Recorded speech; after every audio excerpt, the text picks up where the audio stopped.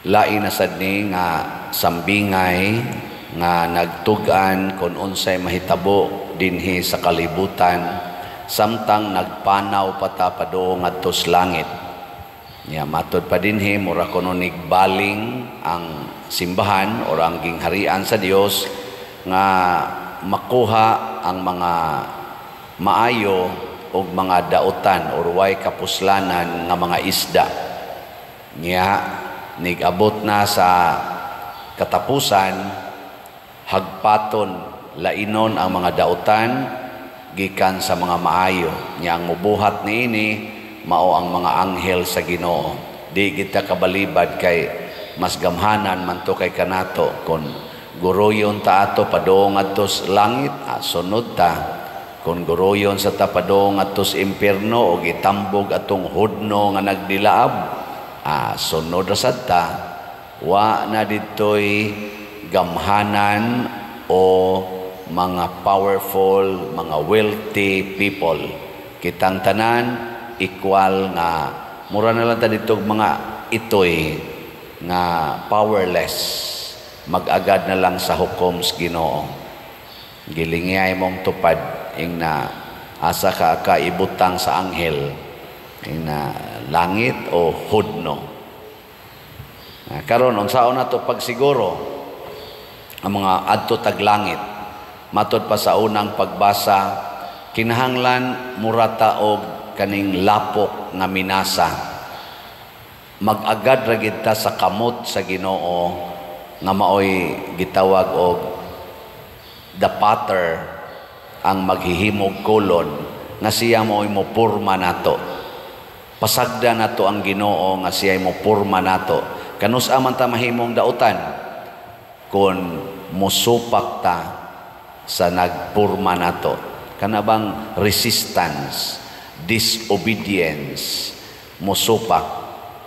Gilayan na sang lingi sa imong tupad ing na sige pa jud kag supak-supak na mahudno na gyud ka ana. Di ba? Mao na nga dinhi sa atong simbahan, labi na dinhi sa atong parokya, kanunay ginana kong gi-emphasize nga ato gyung biyaan ang tanan. Mubiya kita niining mga gitawag og mga attachments. Kanibang pagpangangkon ba nga kita'y tag-iya. Bisan ang kinagamyan or kinadak ang butang, di kita mo angkon nga kita'y tag-iya. Aron nga kun ang Ginoo magbuot na nga arita diri ibutang, arita ibutang, kuhaon ni gikan nato. Kuanta? Free ta nga mo biya, free ta nga mo sunod sa kabubuton sa Ginoo. Nabitaroy mga leaders nato sa lain-laing mga nasod, apil na din sa tong nasod, nganong gasigi man gina silag gubat, nganong gasigi na silag away, tungod kay daghan kay silag gipangangkon, daghan kay silag mga gitawag og ilang gikuptan nga mga butang o mga gahom sa kalibutan nga dili nila, wa nila gi-recognize nga kanidi ay belongs to God. Bisan lag simple kayo, dias panimalay, ang mga ginikanan mo angkon dayon ako ning mga anak. Ako'y magbuot. Why magbuot nako kay ako maoy ginikanan. Nya, nighuman ana, inigkadagko sa imong mga anak. Unsa may mahitabo, mo biya ana nimo magminyo or mopuyo, mulain og puyo, kay kamao na silang mumanid sa kinabuhi. Labi na gyud matiguang na ka, isip ginikanan, awa na. Din adyo ka kapangangkon, usay singhagan lang ka ng imong anak. Pasabot, dili gid na imo, kay kun imo pa na, you are in control. Nya mangangkon sa ka, ako ning naong, ako ning lawas, ako ning kinabuhi, ako'y magbuot, magpalaygit ko, magpabasiktomy ko, magpa-transplant ko o genital transplant, gender change, or sa panadiha, kay ako'y nagbuot. Tanawa, ini katiguang na nimo. Kanang matiguang na ka ba? musakit ng imong tuhod, di nakatuyhad ang imong hawak, kunuton na kay kagnaong, di nakaklaro ang imong mata, di nakadungog imong dunggan, dili na gani ka kahungit sa imong kaugalingong pagkaon, din agani ka makalimpyo sa imong kaugalingong mga hugaw. Sa ato pa, you are not in control. Ngayon, sa may buhaton na to, matod pang propeta Jeremias, nga giingnan siya sa Ginoo, ako maoy mag-umol ninyong mga katawhan sa Israel. Munang ang atong tubag sa Salmo, gipahinumduman gitaani kay importante kay ini nga ibutang nato sa atong kasing-kasing og hunahuna. Bulahan sila kansang hinabang mao ang Dios ni Jacob. Pagkabulahan sa lapok. Ang lapok nga wa magsupak-supak sa kamot sa pater sa maghihimog kolon kay napurma siyag mga nindot og mapuslanon nga mga butang. Imbis tato lapok ra siya, tunob-tunoban, ilabay, nahimo siyang mapuslanon og nindot nga butang. Lingay mong tupad ing na ugway Ginoo, lapok ra gyud ka. Ing na wa lang gyud Ginoo ba? Lapok ra gyud ka. Wa gyoy beauty kanang imong naong nga imong ipagarbo nga kunuhay gwapa-gwapa ka or gwapo-gwapo ka. Tungod nas Ginoo, kining akong naong nasipyat ang Ginoo gihimo di bitaw. Kaning akong naong hindi mo sa nis Ginoo, dili ni angay magmahay ko kay pagbuot nis Ginoong mao ni akong naong. Wala na taana untay halalis ba?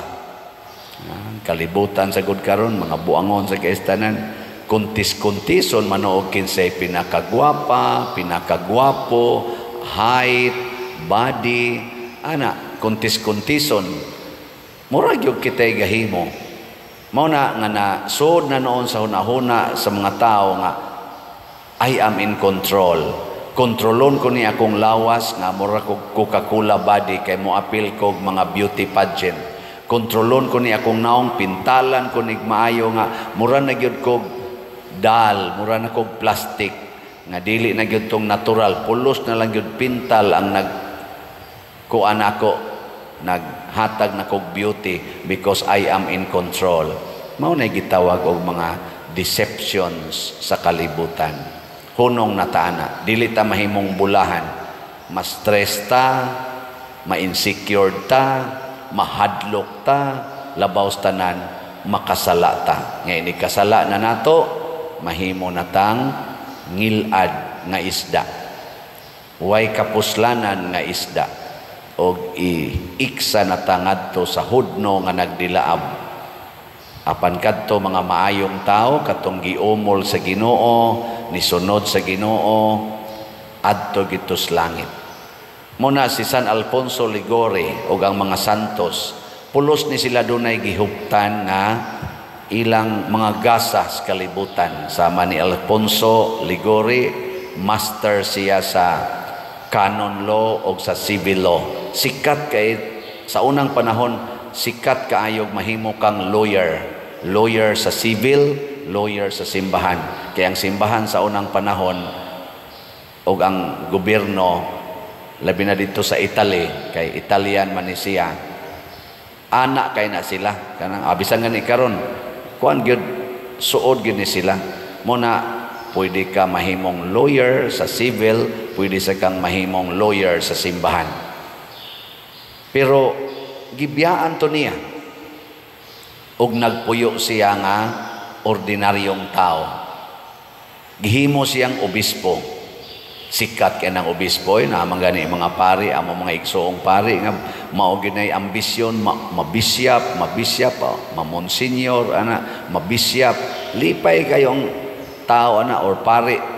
Pero si San Alfonso ming take charge lang siya kadiyot sa iyang pagka-obispo, paghuman ni resign siya kay ni focus siya sa pag-build sa iyang community o pag-alagad sa mga kabos o sa mga tao nga mga na burden sa ilang sala. pinaagi sa counseling, confession o mga spiritual guidance sa mga tao.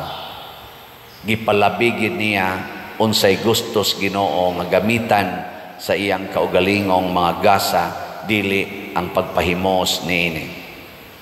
Mawitang gitudloan sa tamo aning pagpamalit og slots, kay ngano man haron dili ta magsigig tigom anang kwarta, hangtod na lang hinuon mahimo na tang attach kay sa kwarta.